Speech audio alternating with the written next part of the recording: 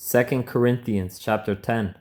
Now, I, Paul, myself appeal to you by the meekness and gentleness of Christ. I, who am humble among you in person, but bold toward you when absent.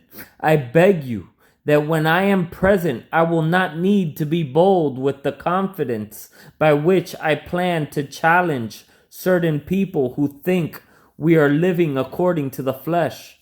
For although we live in the flesh, we do not wage war according to the flesh, since the weapons of our warfare are not of the flesh, but are powerful through God for the demolition of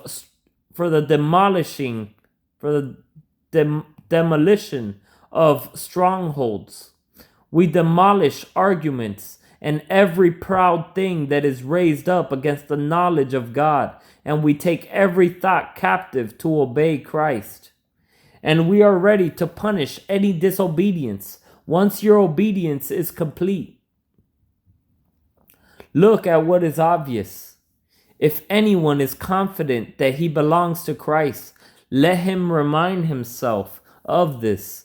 Just as he belongs to Christ, so do we. For if I boast a little too much about our authority, which the Lord gave for building you up and not for tearing you down, I will not be put to shame. I don't want to seem as though I am trying to terrify you with my letters.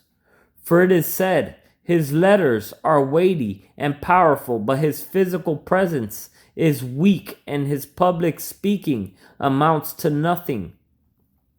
Let such a person consider this: what we are in our letters when we are absent, we will also be in our actions when we are present. For we don't dare classify or compare ourselves with some who commend themselves, but in measuring themselves by themselves and comparing themselves to themselves, they lack understanding. We, however, will not boast beyond measure, but according to the measure of the area of ministry that God has assigned to us, which reaches even to you. For we are not overextending ourselves as if we had not reached you, since we have come to you with the gospel of Christ. We are not boasting beyond measure about other people's labors. On the contrary, we have the hope that as your faith increases, our area of ministry will be greatly enlarged, so that we may preach the gospel to the regions beyond you without boasting about what has already been done in someone else's area or ministry. So let the one who boast in the Lord. For it is not the one commending himself who is approved, but the one the Lord commends. Amen.